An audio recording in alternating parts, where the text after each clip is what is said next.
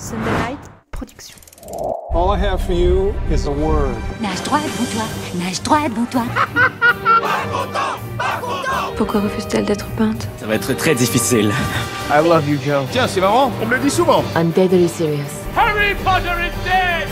Bonjour à tous et bienvenue dans la saison 3 de Clapement 5 pour tout connaître du cinéma, de son actualité, avec des interviews, des débats et des jeux. Je m'appelle Aurélien Rapatel et j'ai le plaisir de vous retrouver pour un nouvel épisode enregistré depuis The House of Running à Paris. Nous accueillons aujourd'hui une comédienne qui a remporté le César du meilleur espoir féminin en 1996 pour le film En avoir ou pas.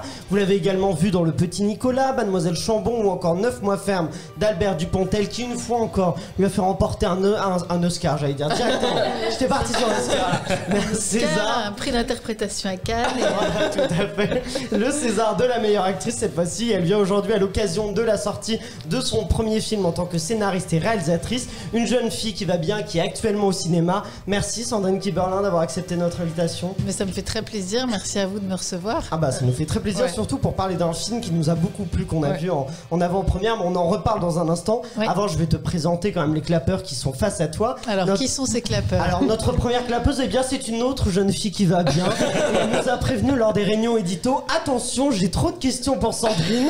Je pense qu'il va falloir que tu te prépares, c'est Elsa Ton Morel. film m'a donné trop d'inspi et j'écrivais des pavés et je me suis dit, ce n'est pas mon interview, c'est ton interview, donc il faut couper court. On allait plus t'entendre parler que toi, on va jauger ça. Et t'es avec elle un clapeur distributeur qui, après avoir vu une jeune fille qui va bien, s'est lancé dans le théâtre, a pris des cours d'impro, dans l'espoir d'intégrer la comédie française, peut-être pour jouer un jour avec Rebecca Marder, qui est donc l'actrice principale, c'est Michael Godefroy. Oui, et surtout un film avec toi, Sandrine, s'il te plaît.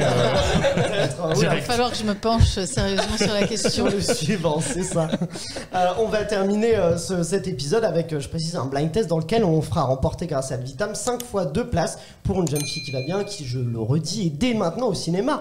Mais pour le résumer, on peut dire que donc une jeune fille qui va bien raconte les premières passions, émotions et folies de la vie d'Irène qui a 19 ans. Et malheureusement, il y a une ombre la suit, l'ombre d'une France sous l'occupation nazie, puisque le film se déroule en 1942 et que notre héroïne est juive. Et la première question que je te poserai, c'est un film, je crois, qui est semi-autobiographique, c'est ça, puisqu'il raconte un peu l'histoire de ta famille en même temps non.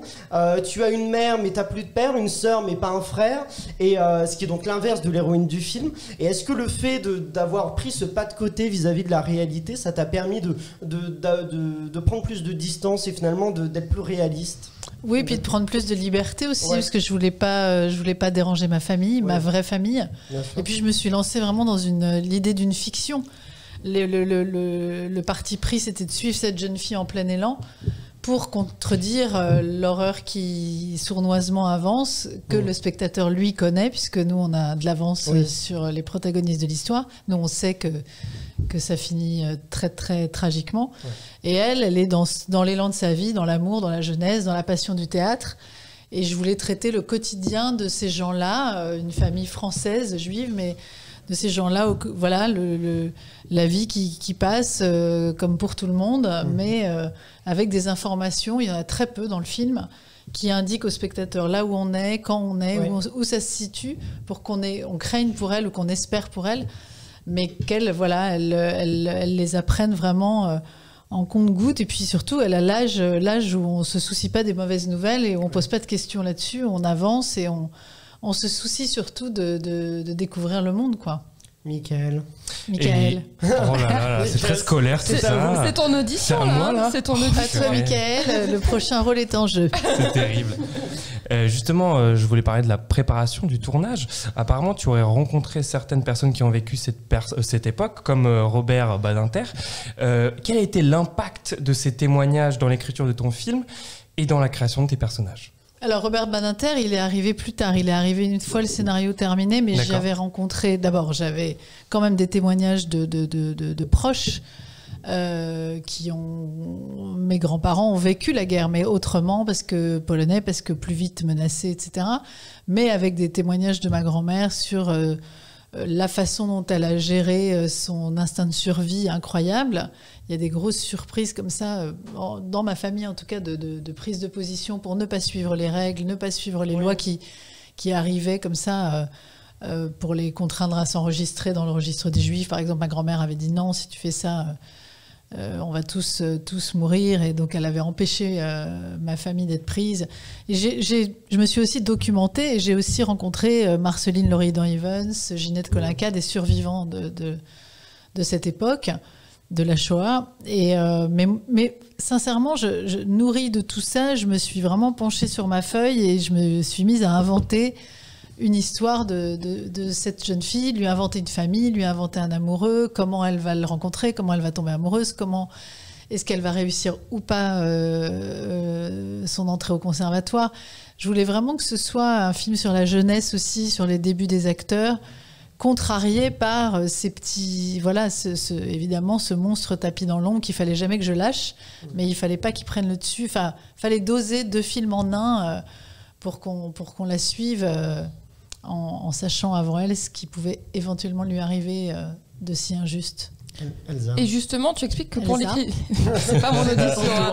Pour l'écriture du scénario, beaucoup de gens t'ont dit qu'il faudrait faire comme ça, et toi, vraiment, t'as dit non, j'en ai marre, j'écris comme je le veux, et limite comme un roman presque. Tu t'es un peu laissé porter, j'ai l'impression de ce que. Oui, c'est vrai. Et en fait, ce que je trouve impressionnant, c'est que tout paraît logique quand même dans ton film, c'est que tu t'es pas perdu dans des histoires. C'est comment t'as fait pour ne pas te perdre dans J'en sais rien. Avec le recul, je ne sais pas. Non, ce que j'ai fait, c'est que oui, effectivement, j'ai demandé, comme j'ai la chance d'avoir travaillé avec des grands metteurs en scène, des grands scénaristes. Je me souviens d'avoir posé la question à Jeanne Herry, par exemple, avec qui j'avais fait Pupille et Elle l'adore, et que j'avais découvert avec Elle l'adore. C'était son premier film. Je trouve elle écrit très bien, et donc elle me conseillait. Puis d'autres, voilà, et tous me disaient à l'unisson de jamais, en tout cas, écrire dans l'ordre des séquences qui se dérouleraient comme ça sous mon stylo. Et bon, j'ai commencé, et puis en fait, tout ce qu'on me donnait comme, c'est un peu comme élever son enfant. On vous dit là, faut lui donner la tétine, là, faut surtout vous la laver après qu'elle est machin, là, faut surtout pas machin. Et en fait, on fait ce qu'on sent, et c'est un truc. Je pense, écrire un premier film, c'est tellement de soi, c'est tellement bizarre l'écriture, ça vient tellement par moments très fort, par moments pas du tout. Donc je me suis laissée complètement porter par mon rythme, avec en plus des tournages comme actrice qui venaient un peu empêcher un rythme quotidien d'écriture, mais c'était pas mal, parce que je retrouvais mon histoire. Et du coup, ce que j'ai fait, c'est que je me suis attachée au personnage, parce que étant actrice moi-même, c'est quand même un truc que je voulais nourrir très vite, nourrir Irène, trouver son entourage, ses questionnements, tout ça en fonction de ce qui se passe autour d'elle, le jeune homme qui disparaît, enfin voilà, tout ça se tramait un peu. Une fois que j'avais tout ça, j'avais aussi l'idée de la fin, j'avais le titre. Le titre, c'est tout le long, traduit vraiment l'histoire, et puis la fin, je l'avais dans la tête, il fallait que j'aille après du début à la fin, et j'ai fait le contraire de ce qu'on m'a indiqué, mais pas par esprit de contradiction, mais parce que ce qui est venu tout de suite, c'est effectivement comme l'écriture d'un livre. Je ne sais pas comment on écrit un livre non plus, hein, mais je ne savais pas comment on écrivait en longueur, enfin comme ça, en étirant, en faisant se rencontrer des personnages et tout. Je me suis laissée complètement prendre par Irène, en fait, par sa vie. Tu étais tellement imprégnée par cette histoire que peut-être c'était tout naturel pour toi. Oui, c'est vrai qu'après, tout s'est mis... Alors, au début, c'est un peu laborieux. Et après, tout s'est transformé en jeu. En fait, je m'amusais à trouver les rebondissements, je me disais, Jo, il va disparaître, mais peut-être qu'il va se cacher dans le cours de théâtre. Puis je voyais que c'était trop. J'épurais aussi. J'avais pas du tout envie de redire ce qu'on savait déjà, de revoir ce qu'on sait, évidemment, de la période historique et tout. Donc j'épurais tout le temps. Je voulais être au plus simple, comme le titre, en fait. Je voulais toujours être au plus simple, que ce soit très dru. Je voulais que le film soit comme une piqûre de rappel. Et comme, d'ailleurs, il va vite, le film, il y a beaucoup de musique aussi. Il y a un truc que j'avais dans la tête en écrivant de rythme musical comme ça, et je voulais m'y tenir. Et puis voilà, je me suis laissée porter par l'écriture. Et ce qui a déclenché justement cette écriture, je crois que c'est le fait de trouver un point de vue. C'est ça, tu dis en interview que tu as pris du temps avant de trouver le bon point de vue pour raconter. Et c'est vrai que c'est un point de vue assez inédit, celui de raconter cette période-là, sans être justement vraiment, sans se focaliser sur la menace, mais plutôt sur le quotidien d'une. Sinon, j'ai commencé même à écrire, à oser imaginer pouvoir faire un film, un long métrage. Ouais. Que quand j'ai eu un point de vue, c'est le film. En fait, c'est ce qui fait la différence entre deux traitements, entre deux films. C'est deux visions, c'est ma vision. Et ma vision, il fallait que je la trouve. Et je voulais parler de ce thème de façon nouvelle, enfin essayer en tout cas. Ça a été tellement traité, tellement bien, tellement moins bien. Et moi, je voulais vraiment, trouver mon angle. Et quand mon angle, ça a été de traiter la joie pour raconter le pire, et surtout de parler de la guerre sans la montrer, donc par des évocations, par évidemment des mini-informations. La première information, je crois, arrive au bout de 20 minutes de film. Enfin, ça arrive. Le film est assez intemporel volontairement aussi pour nous rappeler que ça continue aujourd'hui, etc. Mais c'est quand j'ai trouvé le point de vue que tout dans ma tête a existé, même les cadres, les plans, la façon que j'avais dans la tête de vouloir suivre mon héroïne en plein mouvement tout le temps. Vraiment être avec son âge, c'est-à-dire le rythme qu'on a quand on a 19 ans, qu'on est pressé, on est percuté par une nouvelle terrible, et puis on l'oublie le lendemain parce qu'on a rendez-vous avec un type qu'on trouve pas mal. Puis voilà. Michael. Tu as souvent dit en interview que la Seconde Guerre mondiale était un thème qui te hantait. Est-ce que justement réaliser ce film ne t'a pas permis d'exorciser cette hantise, quoi ? Non, parce que je m'en sortirai jamais de cette question et de cette folie. C'est juste que de l'avoir fait me donne une espèce de satisfaction que d'avoir participé à mon niveau, humble niveau, à avoir raconté autrement et à faire partie d'une transmission, j'espère, et à reparler de cette période autrement, que les jeunes peut-être s'identifient plus facilement à Irène dans ce film-là que dans d'autres. Peut-être que, je sais pas, mais d'une certaine manière, c'était important pour moi dans ma vie unique et éphémère, comme nous tous, d'avoir mis ma petite pierre à l'édifice quant à cette période de l'histoire que je ne m'expliquerai jamais et que je ne comprends pas que ça fasse encore débat aujourd'hui sur... c'est fou. Et d'ailleurs, c'est une période, en tant qu'actrice, tu as peu joué dans des films qui se passaient durant la Seconde Guerre mondiale. J'en ai pas fait. Ah si, j'ai fait, j'ai fait le film de Jacques Audiard qui s'appelait Un héros très discret, où il en est question, mais c'est c'était un seul. Est-ce qu'on t'en a proposé et tu te sentais pas de les faire, ou alors Non, on m'en a pas proposé et non, j'ai pas le souvenir. Non, je me serais complètement sentie de le faire si le propos, justement, la façon dont cette période était abordée m'avait plu, ou si le personnage racontait quelque chose qui me touche. Mais en tout cas, si ça avait été un film démonstratif, très... un film de reconstitution historique, avec des choses que j'ai aimées chez d'autres, chez Spielberg, chez beaucoup d'ailleurs, mais je l'aurais probablement pas forcément accepté, Elsa. Et donc, comme l'a dit Aurélien et comme tu l'as dit, c'est important d'avoir un point de vue pour faire un film, quitte à ne pas plaire à tout le monde. Oui. Et justement, après, avec une critique d'une journaliste du Monde qui a dit de ton film... Pourquoi la rappeler ? C'est la seule mauvaise. Non, mais attends, je vais te dire. Attends. Le premier film de Sandrine Kiberlin dérange par son désancrage historique excessif. Alors que moi, c'est pour ça que j'ai aimé le film. Oui, mais il y a toujours des gens qui comprennent pas, qui n'adhèrent pas et qui ont envie de voir des rafles, des bottes de nazis, des drapeaux. Mais justement, tu réponds à ma question qui est comment faire face aux différents points de vue. Mais finalement, tu as déjà commencé. Comment est-ce qu'on réussit à garder le cap ? Finalement, avoir un point de vue, c'est dire je ne changerai pas le cap finalement. Ah bah carrément. Et puis moi, je comprends très bien qu'on puisse ne pas être d'accord, qu'on puisse... Il y a, moi, des grands films que j'ai aimés qui ne sont pas du tout aimés... Enfin, grands films, des films que j'ai aimés qui ne sont pas des films aimés de tous. Mais l'important, pendant tout le film, je me disais... Je veux faire le film que je veux faire. Je ne lâcherai rien. Je veux signer mon film comme je le vois, comme je le veux. Et c'est ça qui fera la différence, de toute façon. C'est aller au bout de son film.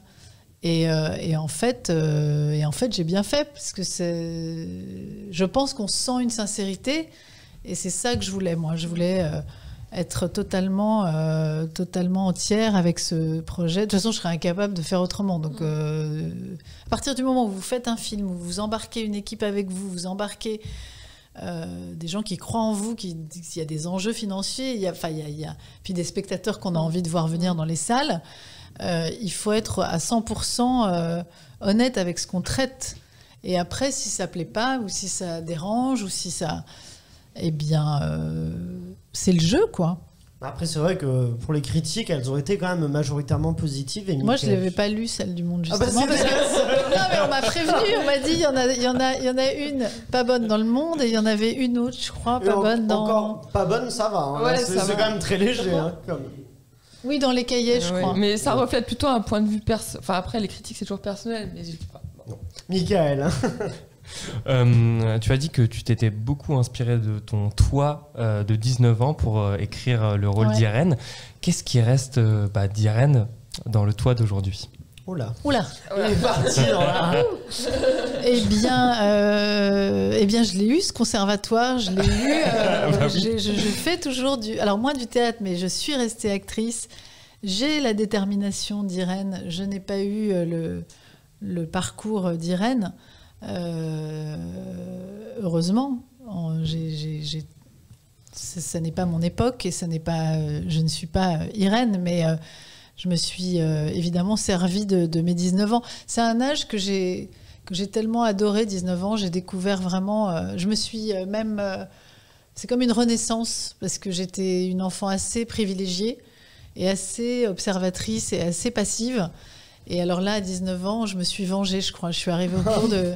Ouais, c'est vrai, je suis arrivée au conservatoire, j'ai réussi le concours, et là, c'était devenu la folie. On faisait les costumes, les décors, on travaillait C'était même pas du travail, on jouait. Moi, je passais plus de scènes que les autres, je devenais boulimique, et c'est là que ma vie a commencé, moi. C'est vraiment, j'ai l'impression que c'est là... Enfin, ma vie était géniale avant, mais dans un truc d'enfance. Et là, je suis passée à la jeune adulte qui découvrait sa passion. En fait, quand on a une passion, ça change tout. Irène, c'était important pour moi qu'elle ait une passion et qu'elle en soit complètement imprégnée pour justement traverser cette époque qu'on pressent, cette tension qui avance, sans la vivre parce qu'elle est portée par sa passion. C'est pas du tout pareil quand on n'en a pas de passion. D'ailleurs, j'ai traité le frère d'Irène dans le film. Il aime la musique, mais on sent qu'il c'est plus laborieux, qu'il est plus complexé, plus. Et donc j'aimais bien, voilà, aussi avoir plusieurs points de vue en fonction des personnages. Mais la passion, ça aide pour tout. Et justement, le côté, la passion et le fait que ce soit un film, on l'a dit, solaire, ça va avec l'idée, je crois que tu disais en interview qu'il y a eu plusieurs témoignages de personnes qui ont vécu cette période-là et qui disaient qu'en effet, comme Irène, ils avaient été quasiment plus vivants que jamais, parce que c'est quasiment en opposition à la menace qui arrivait vers eux. J'ai perdu le terme, mais qui les guettait, c'est ça. Bah, à un moment, j'ai eu peur d'être trop dans le même si je me documentais, que je restais très très fidèle à la chronologie de l'histoire, à comment les choses se sont suivies, comment les choses ont évolué quant aux obligations et aux interdictions pour les juifs et à la montée justement de l'antisémitisme et tout. Je suis très très très fidèle. Évidemment, il ne s'agit pas de tricher du tout avec l'époque et l'histoire.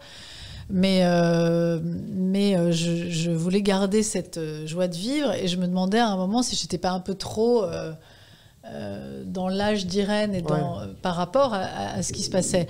Et donc je me suis là aussi retournée vers des gens qui ont eu cet âge-là à cette époque-là, qui m'entourent.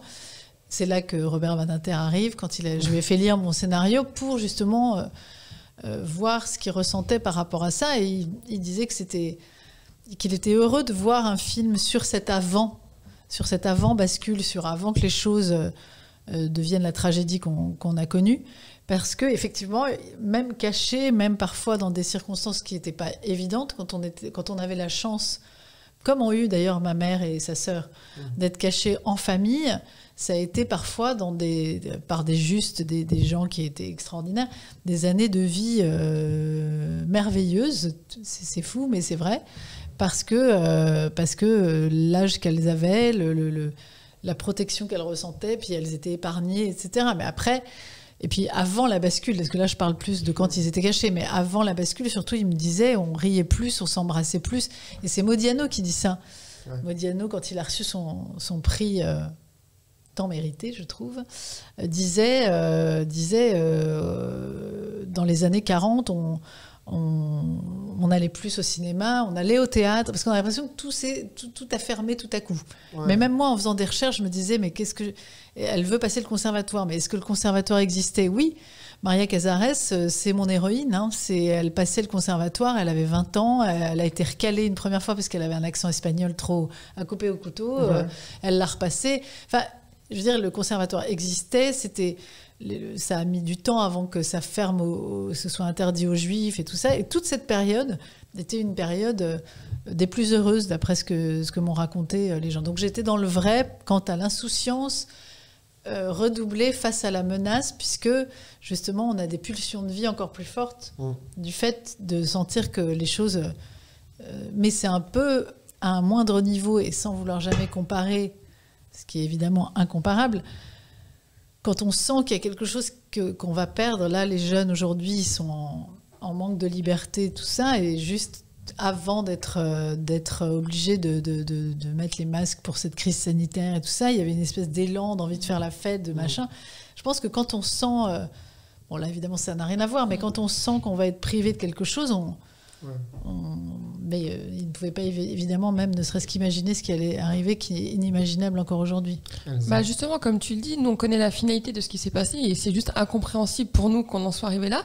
Mais comme t'expliquais, comme tu as raconté assez fidèlement comment s'est passée la période, par exemple, dans ton film, on voit bien que c'est pas 10 décisions d'un coup, c'est une décision de temps en temps. Et ce qui fait qu'on pousse la limite, comme si ça faisait... C'est vrai, parce que je veux dire, mais mieux passer les décisions, entre guillemets. Et d'un coup, je me suis dit, ah ouais, il faut faire attention. Et justement, est-ce que en choisissant de raconter avec fidélité, tu voulais donner une dimension pédagogique, en fait? C'est-à-dire, est-ce que tu avais conscience de la pédagogie que tu allais apporter en racontant avec fidélité tous les détails de cette période? La pédagogie, je ne sais pas, mais la fidélité quant à ce qui s'est passé, c'est-à-dire l'étourdissement que ça a dû être, que d'apprendre au fur et à mesure, par petites touches, que parce qu'on était juif, juste parce qu'on était né juif, progressivement, la vie nous était différente, et puis de plus en plus menaçante, et puis montrée du doigt, et puis avec un insigne sur la veste, et puis avec de plus en plus d'interdictions, et puis je dis à un moment, on n'a pas la peste quand même. Tous les mots sont choisis volontairement. On nous traitait de rats à l'époque, enfin les juifs étaient traités de rats.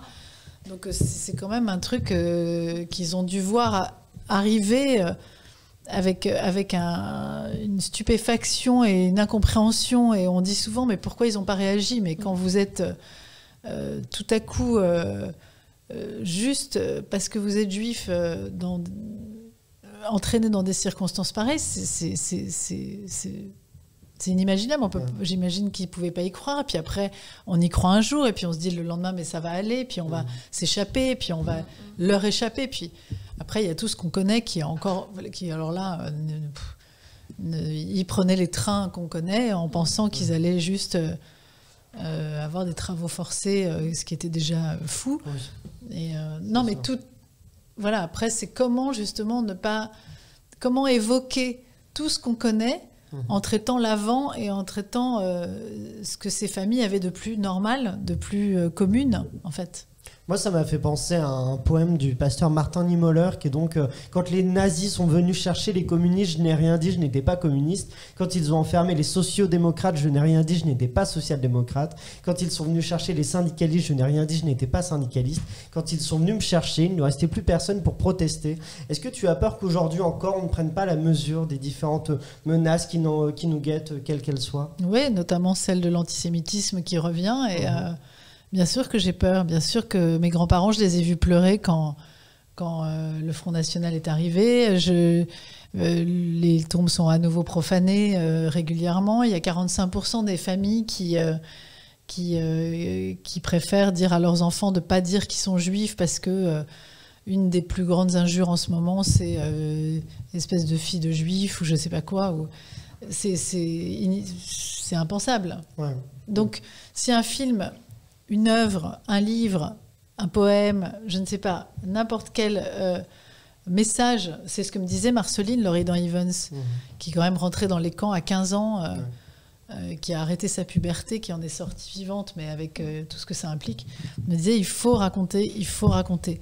Et d'ailleurs, elle a fait 2 livres sublimes autour de ça. Et des films. Et des films, bien sûr, mais les livres sont plus ciblés autour de son expérience personnelle, autour des camps et tout ça, et de sa sortie des camps, puisqu'il y en a un qui s'appelle « Et tu n'es pas revenu » et l'autre « L'amour après », ou « Après l'amour », ou « L'amour après », je crois. En tout cas, 2 très beaux livres. Et moi, je pense que tout témoignage, toute façon de raconter, en inventant, en témoignant, en faisant publier des choses qui existaient déjà, enfin, je ne sais pas, peu importe, mais pour concerner toujours, parler, parce qu'ils seront bientôt plus là.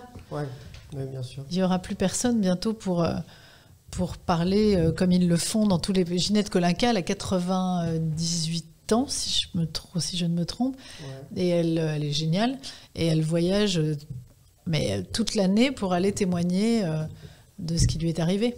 Pour garder et un jour, il n'y aura plus Ginette, comme il n'y a plus presque que Ginette aujourd'hui. Elsa, je me tourne vers toi, est-ce que tu as une particularité? Exactement, moi j'ai une particularité, c'est que je suis HPI, mais haut potentiel Internet. Voilà. C'est-à-dire que j'aime bien aller sur Internet, tirer des informations un peu partout, faire des conclusions. Voilà. Alors encore un mauvais truc, une mauvaise critique, une mauvaise note. Non, pas du tout. Parce qu'aujourd'hui, justement, avec un sujet aussi sincère que le tien, j'ai décidé de parler aussi avec sincérité. Je fais confiance à ton œuvre pour parler moi-même avec beaucoup de sincérité, parce que Sandrine, l'une de tes phrases qui a inspiré ton film est celle donc du journal d'Hélène Baird qui est « Il fait toujours beau les jours de catastrophe ». Et je me suis rappelé que j'avais lu ce livre quand j'étais en première, parce que notre voyage scolaire c'était d'aller visiter les camps de Auschwitz et Birkenau. Et alors que le journal d'Hélène Baird m'avait dévasté, j'ai toujours une grande frustration après avoir visité ces camps, parce que j'ai toujours l'impression de ne pas avoir ressenti les émotions que j'aurais dû ressentir. Et ton film m'a peut-être donné une idée de pourquoi je n'ai pas peut-être ressenti tout ça. Déjà, reprenons cette phrase d'Hélène Baird. Il fait toujours beau les jours de catastrophe. La première interprétation qu'on peut avoir, c'est que ce n'est pas parce que le temps annonce une bonne journée que ça va en être une. Oui. Donc pour ça, je me suis... Bravo, elle l'a cherché, ça. Non, mais bien dit, oui. Donc j'ai regardé un peu des catastrophes qui avaient eu lieu dans le monde. Donc par exemple, selon les données de l'aéroport de Kigali, il faisait un grand soleil et 26 degrés le 9 avril 1994 au Rwanda. Selon la dépêche, il fait particulièrement bon et la météo est plutôt clémente le soir du vendredi 13 2015 à Paris. Et selon la RTBF, ils étaient tous en terrasse. Selon la RTBF, la météo était parfaite à New York le 11 septembre 2001. Après, ça c'est quand on prend à la lettre le mot beau temps, c'est-à-dire que c'est plus une idée de la catastrophe est un mot qui ne peut arriver que si rien ne laisse présager d'une telle chose. C'est-à-dire il y a une accalmie avant sinon le mot catastrophe n'existe pas. Catastrophe, ça arrive pour évidemment faire basculer quelque chose qui va bien. C'est ce qui crée la sidération. Exactement. Moi, j'ai une deuxième interprétation dans cette phrase. Parce qu'on va pas se méfier de l'été, vivement l'été quand même. Oui, mais j'ai quand même une deuxième interprétation. Parce que de ce que dit Hélène Baird, je me dis, mais est-ce que le soleil aura son rôle à jouer d'une manière ou d'une autre pour survenir cette catastrophe? Mais vous allez comprendre, mais je vais vous expliquer parce que ça a tout un lien logique avec ce que j'ai ressenti justement lors de ces camps de Auschwitz et Birkenau. C'est-à-dire que dans ton film, on voit qu'il fait très beau. Et je me suis dit, j'ai l'impression que ce soleil nous aveugle un peu quand même sur ce qui se passe réellement. Et du coup, donc pour prendre par exemple l'exemple de Lumni, qui est un site d'éducation officielle reconnu par le gouvernement et qui a fait la chronologie des dates importantes concernant la Shoah, sur les 22 dates qu'on pourrait recenser comme étant un pas de plus dans le début ou la poursuite de ces génocides, seules 5 d'entre elles ont eu lieu ou ont été annoncées lors de l'automne ou de l'hiver. Et je me suis dit, quand tu connais à quel point la Shoah c'était millimétré, tout était fait pour enfermer sur un piège, et vu que je suis un peu parano par rapport à ça, je me dis, mais c'est peut-être pas un hasard qu'ils aient pris ces décisions-là. Parce que finalement, parlons de l'impact du soleil sur la santé. Le soleil agit sur notre bien-être. Selon le docteur Nina Rose, grâce à la chaleur des infrarouges, le soleil permet de la sécrétion d'endorphines et un effet relaxant sur les tensions musculaires. Le soleil permet une meilleure oxygénation du corps et permet de réduire la pression artérielle. Enfin, une exposition au soleil favorise l'endormissement lorsque le cycle du sommeil débute. Et forcément, lorsqu'on dort bien, on est moins sujet au stress et à la susceptibilité. En gros, le soleil apparaît donc comme un anesthésiant naturel contre nos sentiments négatifs. Et si ces décisions avaient été énoncées précisément durant la période du soleil pour ne pas les rendre acceptables face aux Juifs qui, bien sûr, étaient bien trop concernés par ces conditions, mais plutôt dans les yeux des autres, ceux qu'Albert Einstein désignerait comme ceux qui ont laissé faire. Ce que je veux dire, je veux en revenir à mon histoire d'Auschwitz. Les profs voulaient qu'on aille visiter ce camp en février parce qu'ils voulaient absolument qu'on ait un temps de merde, qu'il pleuve et tout, pour qu'on se rende de la condition vraiment qu'ils avaient du froid. Le problème, c'est que nous, on a visité ce camp, il faisait un temps magnifique. Et je me souviens très bien avoir eu cette pensée horrible à la fin de la journée, me disant « Oh, heureusement qu'il a fait beau quand même, ça a rendu la chose plus supportable.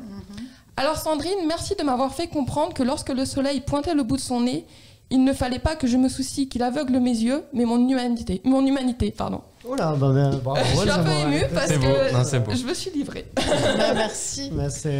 Et c'est important de dire vraiment ce qu'on ressent parce que, comme tu dis, il faut être clair parce que c'est des sujets qui ne doivent plus arriver et du coup, dès qu'on a le moindre doute, il faut les effacer.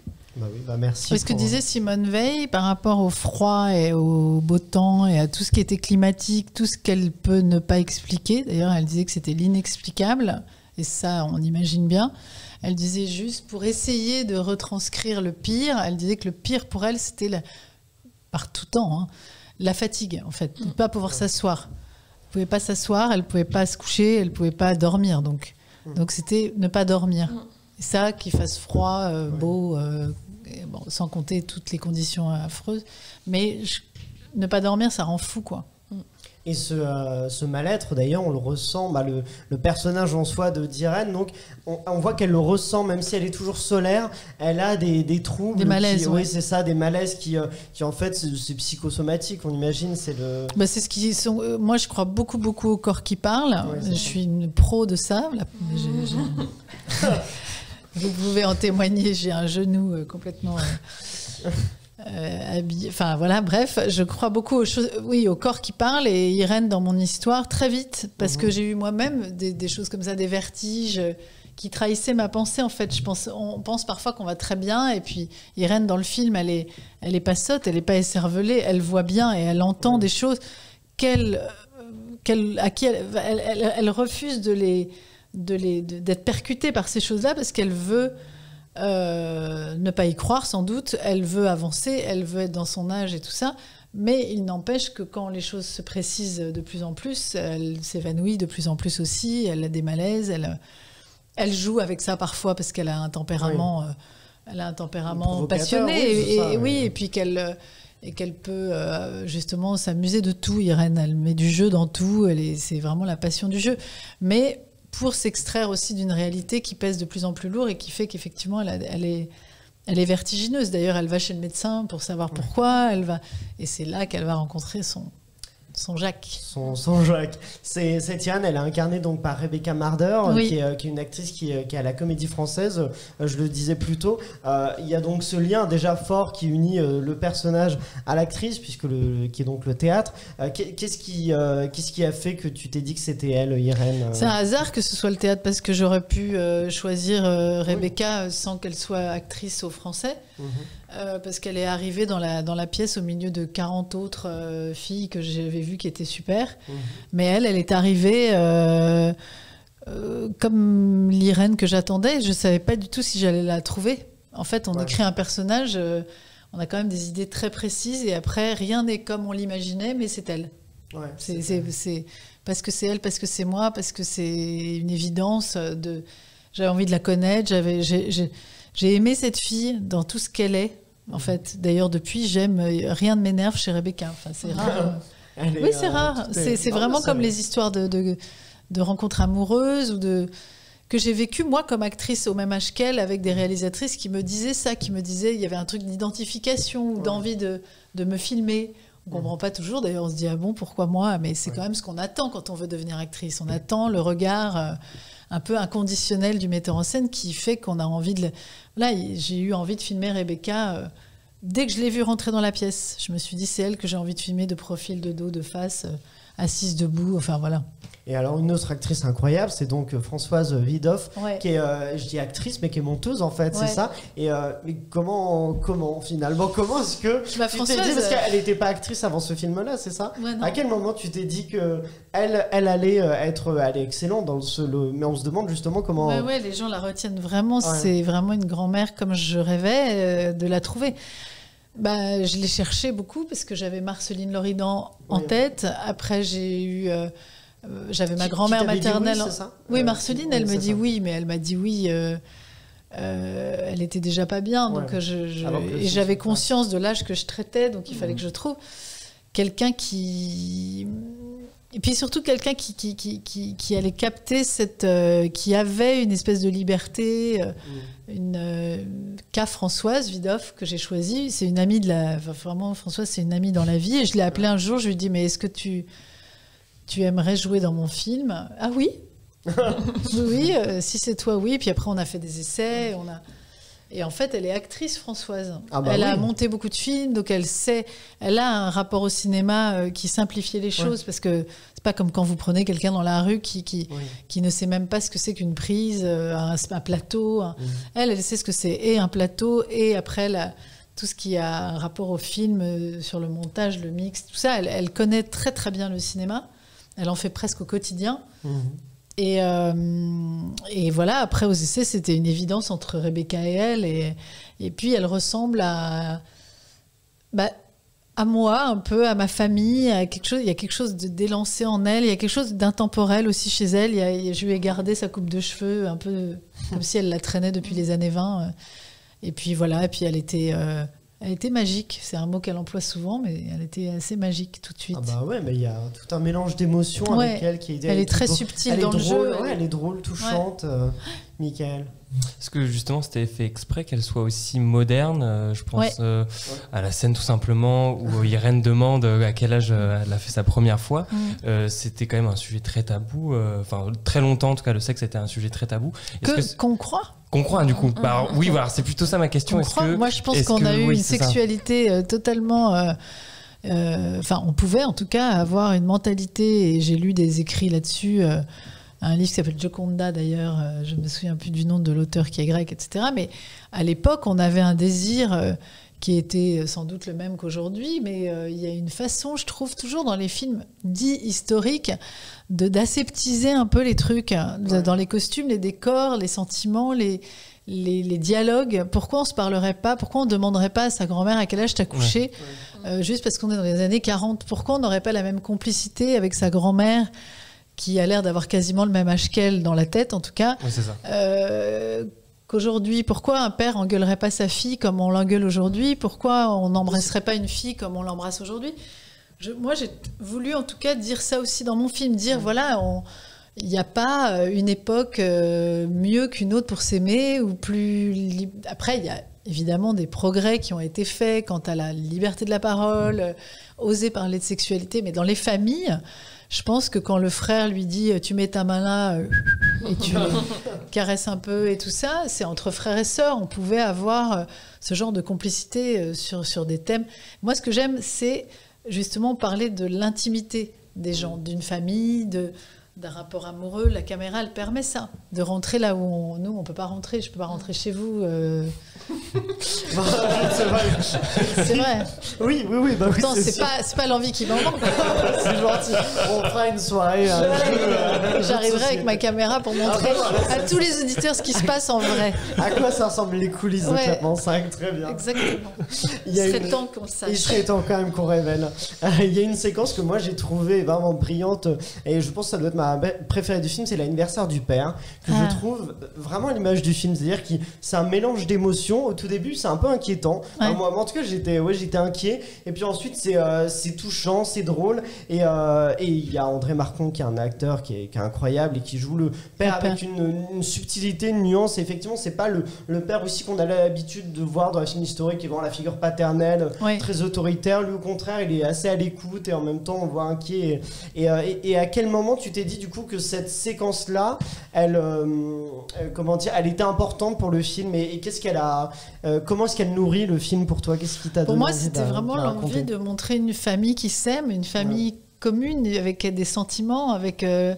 j'ai pas mis de mère, il n'y a pas de mère, le personnage de la mère n'existe pas dans le film, en partie pour être en empathie tout de suite avec chacun des personnages. Du coup, le père nous touche tout de suite et on se dit, il est responsable de tout. Irène est responsable trop tôt. Le fils, il est quand même un peu paumé. Il veut reprendre l'affaire du père, mais on le sent pas épanoui. La grand-mère, elle a un secret, une douleur du fait d'avoir sans doute perdu sa fille. Donc ça nous met dans une famille à laquelle j'espère en tout cas, qu'on s'attache très vite. Et là, l'anniversaire, ça vient tard dans le film, et ça vient quand la tension monte et quand le spectateur qui sait à peu près comment les choses peuvent ou pourraient évoluer, il fallait absolument un moment encore de cette famille.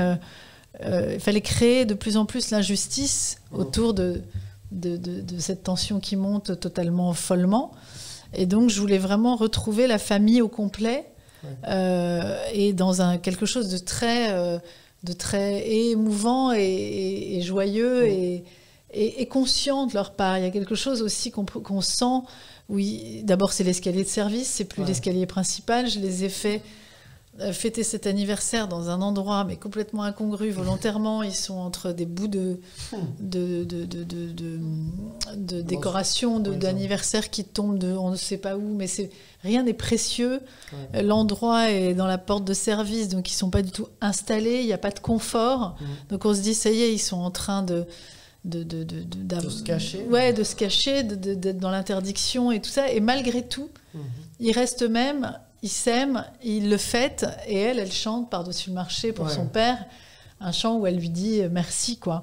Merci d'être là, de nous protéger, d'être là. Merci mon père, mon papa. Elle chante avec beaucoup d'émotion aussi. Et je lui avais dit surtout, parce que je connais quand même les actrices pour le coup, et surtout quand elle est très, comment dire, à l'écoute et très bonne actrice. Donc je lui avais dit surtout cherche pas l'émotion, cherche pas soit dans le moment, dans l'idée, et puis je la remettais toujours en situation. Tu fêtes l'anniversaire de ton père, Rebecca a elle-même un père, des émotions, elle en a traversé beaucoup. Et puis surtout, elle était totalement dans la situation d'Irène à ce moment-là. Je lui rappelle exactement quand ça arrive dans le film. Puis du coup, elle a été habitée par des multitudes d'émotions, et j'ai fait que 2 prises, je crois. Parce que j'ai tout de suite vu que c'était... J'ai fait ça en plan assez large et en plan plus serré. C'est brillant. Parce qu'elle était géniale. Oui, Elsa. Et donc Aurélien parle de cette séquence qui nous inquiète parce qu'en fait il y a un monstre qui existe ici, et ce monstre on ne le voit jamais. Ça m'a fait penser un peu à un film d'horreur où on ne montre jamais le monstre parce qu'il est encore plus effrayant quand on ne le montre pas. C'est ce que je pense aussi. Est-ce que du coup effectivement tu penses que lorsqu'on ne montre pas le monstre, c'est là qu'il est le plus effrayant? Moi, je trouve que quand on montre pas, on donne envie de voir. C'est Agnès Varda qui disait ça. Moi, je suis complètement d'accord. Et en l'occurrence, tout ce qui est... En plus, là, il se trouve qu'on connaît quand même l'issue. Donc, si j'avais appuyé un clou qui était déjà très enfoncé, je pense que ça aurait minimisé et réduit le propos. Enfin, il y aurait eu un aspect réducteur dans le fait de montrer plus. Non, pour moi, d'abord, on ne peut pas montrer la montra, puisque ça a été au-delà même de ce qu'on peut imaginer.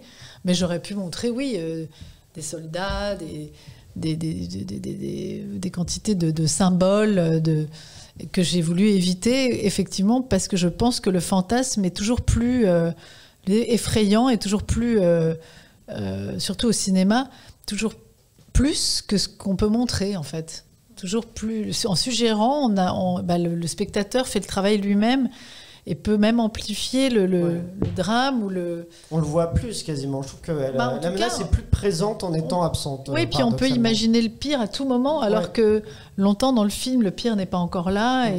Et du coup, on ne sait pas comment il va arriver, s'il va arriver. Et en ne montrant pas les choses du doigt, je les laisse peut-être apparaître ou pas. Enfin, voilà. Mais en tout cas, c'est l'idée. C'est l'idée de rendre les choses... De m'approcher le plus possible de ce que ça a dû être, parce qu'eux-mêmes ne voyaient pas les choses arriver. Eux-mêmes, ce monstre, ne l'ont pas vu, ils ne l'ont pas vu en face, ils l'ont vu que très tard, et parfois ils ne l'ont pas vu. Jusqu'aux chambres à gaz, ils ne savaient pas que ça allait être ça. Donc c'est difficile de montrer quelque chose qu'eux-mêmes n'ont pas vu, en fait, qu'eux-mêmes ne pouvaient pas concevoir. Et c'est non mais je suis d'accord que c'est brillant. Du coup, je dis en train de réfléchir encore. Je disais oui, c'est vrai. Et alors, je vous attends. Mais du coup, non, avant le blind test, j'ai une question quand même. Du coup, ce passage d'actrice à réalisatrice. Ça c'est tout un truc. Qu'est-ce qui t'a appris des 2 métiers, à la fois de celui d'acteur et celui de réalisatrice? Réalisatrice, là franchement j'ai tout appris. Tout découvert en fait. Tout découvert. Si tu veux, j'avais vu. évidemment, les réalisateurs travaillaient. J'adore les regarder. Pas que les réalisateurs d'ailleurs, mais j'adore regarder une équipe. Je suis jamais dans une loge. Je suis toujours sur le plateau. J'adore.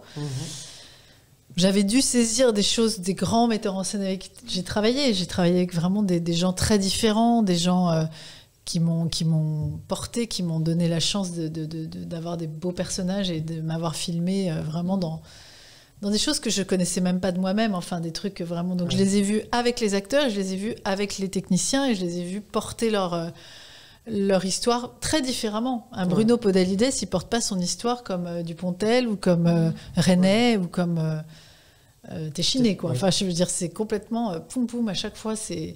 Mais de tout cela, j'ai dû tirer mes propres expériences. Je sais pas ce que je leur ai volé. Inconsciemment, c'est sûr, des choses. Il y avait l'inconnu total du montage parce que j'avais jamais mis les pieds dedans et ça a été une étape hyper importante pour moi que j'ai adorée, qui a été très flippante, mais qui a été une étape vraiment déterminante, comme on me le disait, mais je savais pas pourquoi. Et là, maintenant, je comprends que une scène peut changer à une seconde près. Enfin, je veux dire, on peut changer l'émotion d'une scène à même une fraction de seconde. Surtout sur un film comme celui-là où tout se lit dans le regard, le regard de l'autre qui nous apprend des choses sur un personnage différent. Enfin voilà. Donc là, j'ai tout appris. Et comme actrice, après mon film, j'ai eu du mal à décrocher de mon film. Je me suis dit, oula, est-ce que je vais avoir envie d'être que actrice ? Dans le sens, où ça me réduisait. Et en fait, c'est pas du tout la même chose. Donc, on peut pas comparer. C'est pas moins ou plus. C'est différent complètement. D'accord. Moi, je suis actrice. C'est ma vie. Et maintenant, je pense que je peux réaliser, si j'ai encore un point de vue, je vais pas me gêner pour y retourner. Tellement j'ai adoré faire ça. Mais je veux dire, comme actrice, après, j'avais peur que ça ait changé des choses dans mon jeu, dans ma façon de me positionner. Heureusement, j'ai enchaîné avec Emmanuel Mouret, un film très lourd à faire, très bavard, où il y avait beaucoup de textes. Donc ça m'a plongée dans le truc, et dans un film où le metteur en scène a un sacré univers qui est très loin en plus du mien. Enfin, je sortais complètement de... Donc ça m'a heureusement donné à nouveau le goût d'être dans l'univers de quelqu'un d'autre, d'être l'actrice d'Emmanuel Mouret. Ça m'allait très bien. D'accord, très bien. C'est vrai que mais j'ai appris... c'est un style, Pardon.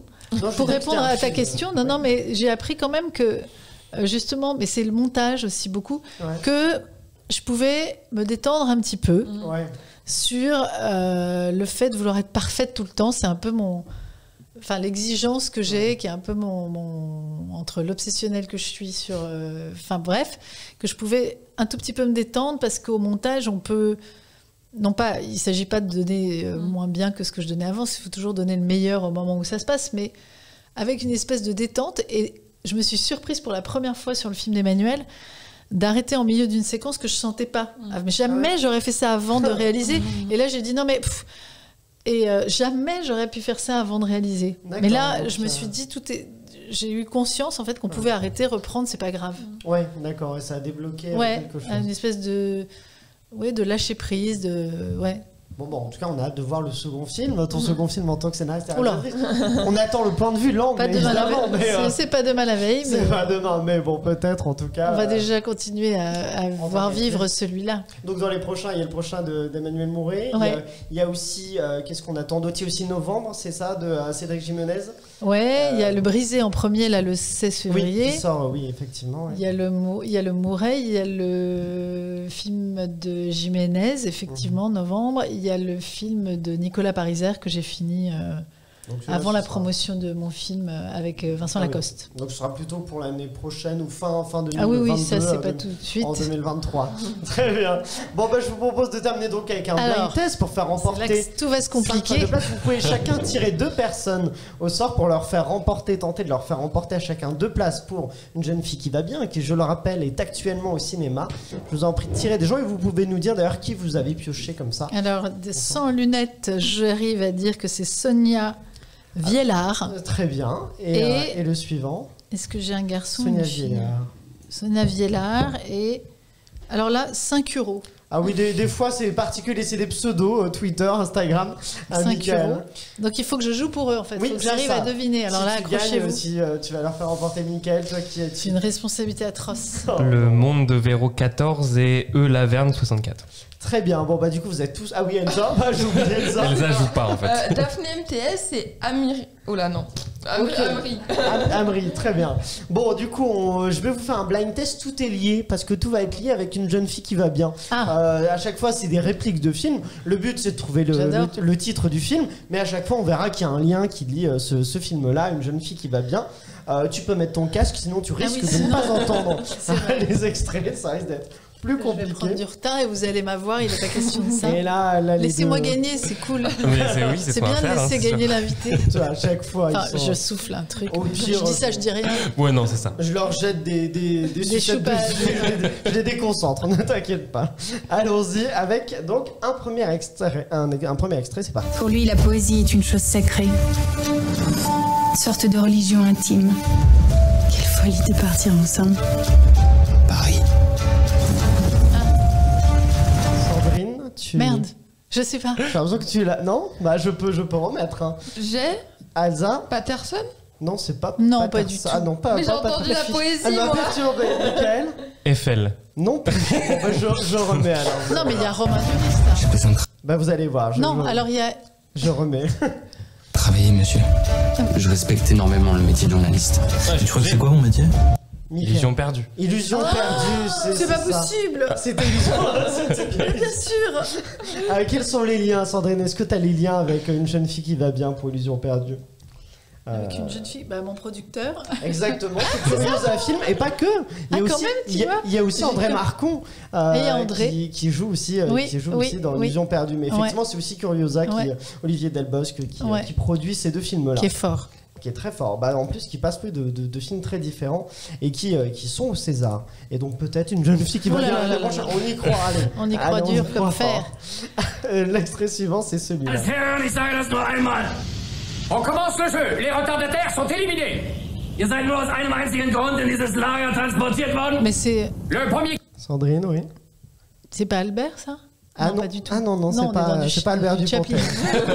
Non plus. Mais il pourrait y avoir quelque chose de Chaplin, mais c'est plus récent que Chaplin. Qui obtient un total de 1000 points gagne un véritable... Non plus, non, pas Spielberg. C'est Tarantino. Non plus. Sacré vénard. C'est français? Non, c'est pas français. Ouais. C'est la VF, effectivement.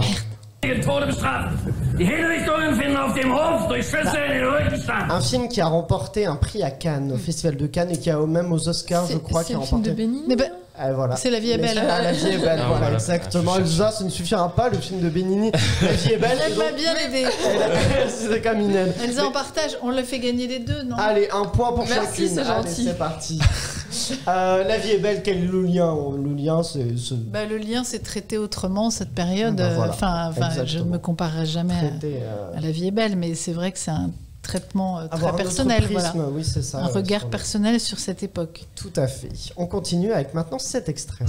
Des scientifiques font des expériences sur des monstrosophiles. Mickaël? OSS 1. Oui. Quel est le lien entre OSS 117 et une jeune fille qui va bien? OSS 117 et une jeune fille qui va bien. Elsa là. Bah oui. C'est Guillaume Schiffman. Guillaume Schiffman, chef opérateur de OSS et d'une jeune fille qui va bien. Sûr. Et de tous les films d'ailleurs de Michel Hazanavicius. Ouais, bien sûr. On continue maintenant. Et de tous mes films, puisqu'il a fait mon court-métrage. Ah oui, c'est vrai aussi, exactement. De l'ensemble de mon œuvre. On continue maintenant avec ce film-là.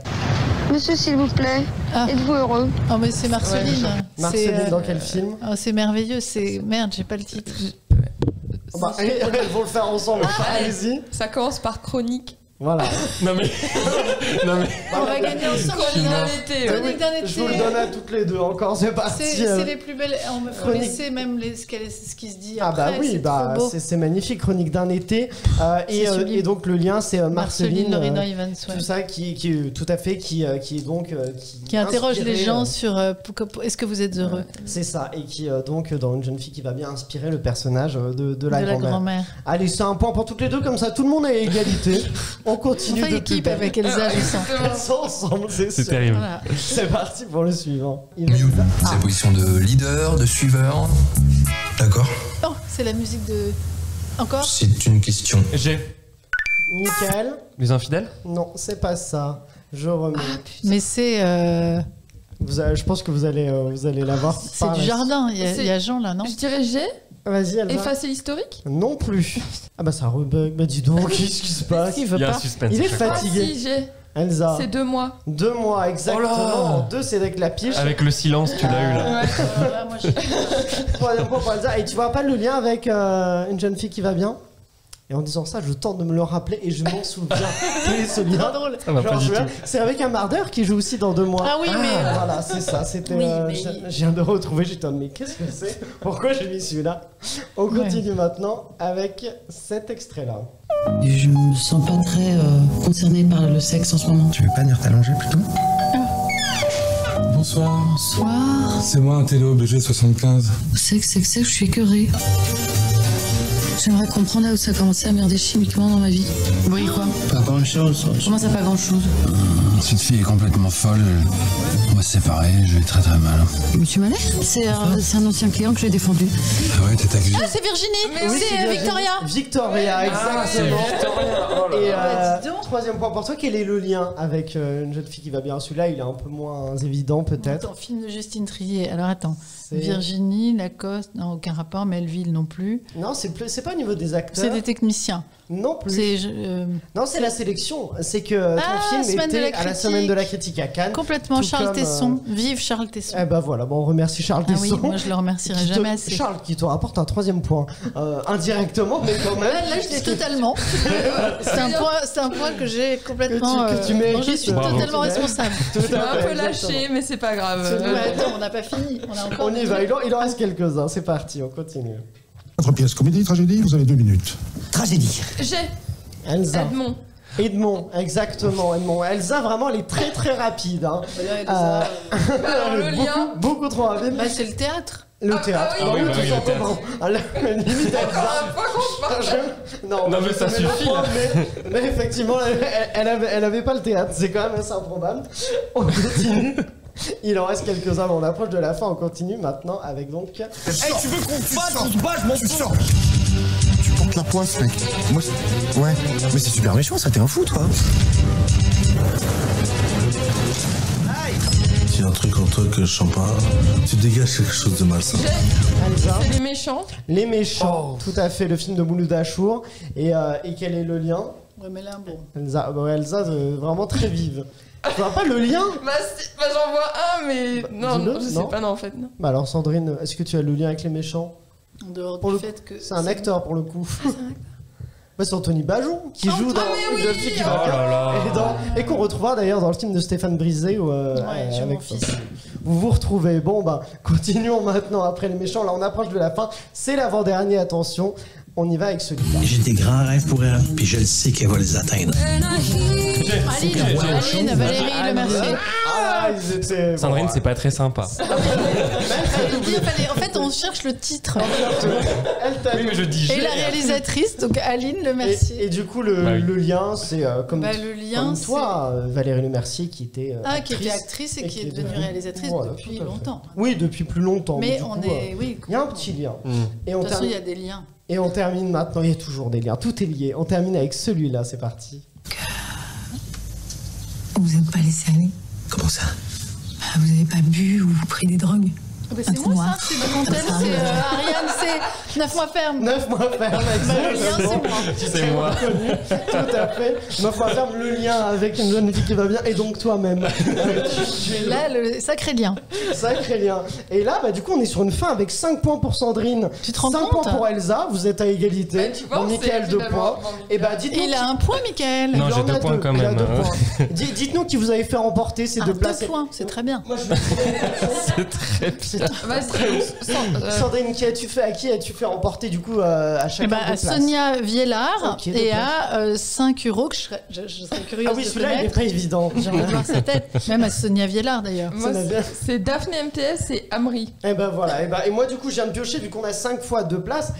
ST Kuro qui sont donc qui remportent tous 2 places pour une jeune fille qui va bien. Merci à Advitam qui nous offre ces places-là à faire remporter. Et puis voilà, merci à toi Sandrine d'être venue ici partager ce moment pour un film qu'on vous recommande qui est donc actuellement au cinéma. Une jeune fille qui va bien avec aussi Rebecca Marder, André Marcon, Françoise Vidoff, on l'a dit. Anthony Bajon, Ben Attal, Cyril Metzger, India Air. Tout à fait, beaucoup que j'adore. Du beau monde. Voilà, merci donc merci à vous de nous avoir suivis. Merci à Elsa et Michael. Merci également à Héloïse et Tony qui ont rendu cet épisode. Particulièrement. Elsa. merci à Lauriane et Pauline qui réalisent cet épisode. N'oubliez pas de vous abonner à la chaîne YouTube de Clapement 5 et vous pouvez aussi nous suivre sur les réseaux sociaux avec le @clap5. Merci aussi, remercier nos producteurs quand même, Pierre-Emmanuel et Guillaume de Sunday Night Productions. Rendez-vous lundi prochain pour un nouvel épisode et d'ici là, allez au cinéma.